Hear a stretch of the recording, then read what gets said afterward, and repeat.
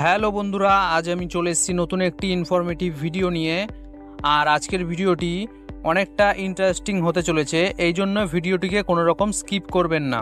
আজকের ভিডিওতে আমি আলোচনা করব ভারতবর্ষে এমন একটি ট্রেন রয়েছে যেখানে আপনি যাতায়াত করলে কোনো রকম টাকা পয়সা খরচ হবে না।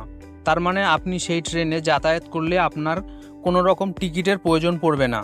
ভারতের কোথায় সেই ট্রেনটি আপনি দেখতে পাবেন এবং কেন এই পরিকল্পনা নেওয়া হয়েছে সেটা আমি এই ভিডিওতে আলোচনা করব। আজকের ভিডিওটি শুরু করার আগে আপনি যদি এই চ্যানেলে নতুন হয়ে থাকেন তবে চ্যানেলটিকে সাবস্ক্রাইব করে পাশে থাকা বেল আইকনটি প্রেস করে দেবেন, যাতে আমি এই ধরনের ইনফরমেটিভ ভিডিও যখনই আপলোড করি সবার প্রথমে নোটিফিকেশন আপনার কাছে পৌঁছায়। আপনি কি কখনো টিকিট ছাড়া ট্রেনে ওঠার কথা ভেবেছেন?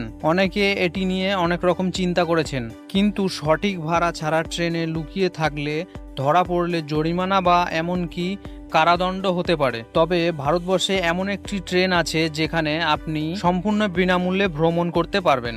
ভাকরা রেলওয়ের যাত্রীদের জন্য এটি গত ৭৫ বছর ধরে একটি আদর্শ ট্রেন যাত্রা হয়ে দাঁড়িয়েছে। এটি একটি অনন্য এবং খরচমুক্ত যাত্রায় পরিণত হয়েছে।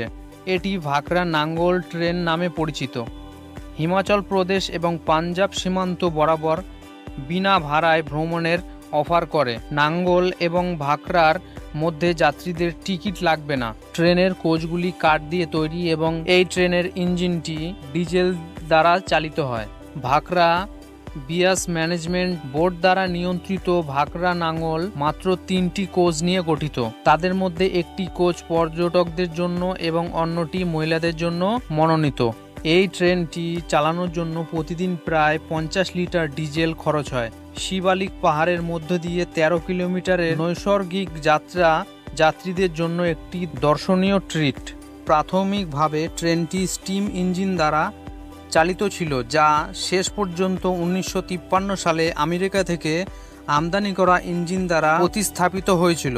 ট্রেনের চেয়ারগুলো ঔপনিবেশিক আমলের কাঠের বেঞ্চের মতো হলেও প্রতিটি কোচই এক ধরনের এবং করাচিতে হস্তশিল্পের মতো তৈরি। ট্রেনটি শিবালিক পাহাড় অতিক্রম করে এবং পাঞ্জাবের নাঙ্গল বাঁধে যাওয়ার আগে নেহলা স্টেশনে পৌঁছায়। প্রতিবেদনগুলি পরামর্শ দেয় এবং ট্রেনটি প্রতি ঘন্টায় প্রায় ১৮ থেকে ২০ কিলোমিটার জ্বালানি পোড়ায়। তবুও ভাকরা বিয়াস ম্যানেজমেন্ট বোর্ড এটি বিনামূল্যে থাকার জন্য বেছে নিয়েছে। যদিও বিবিএনএম আর্থিক সমস্যার কারণে বিনামূল্যে রাইড শেষ করার কথা ভেবেছিল, তারা অবশেষে বুঝতে পেরেছিল যে ট্রেনটি উত্তরাধিকার এবং ঐতিহ্যের প্রতিনিধিত্ব করে এবং এটি নগদ অর্থের উৎসের চেয়ে অনেক বেশি। এই কারণে ট্রেনটি আজও বিনা পয়সায় মানুষদের ভ্রমণের সুযোগ করে দেয়। তো বন্ধুরা, আশা করছি এই ছোট্ট একটি ইনফরমেশান আপনাদের অনেকটাই ভালো লেগেছে। ভিডিওটি ভালো লাগলে লাইক, কমেন্ট ও শেয়ার করতে ভুলবেন না।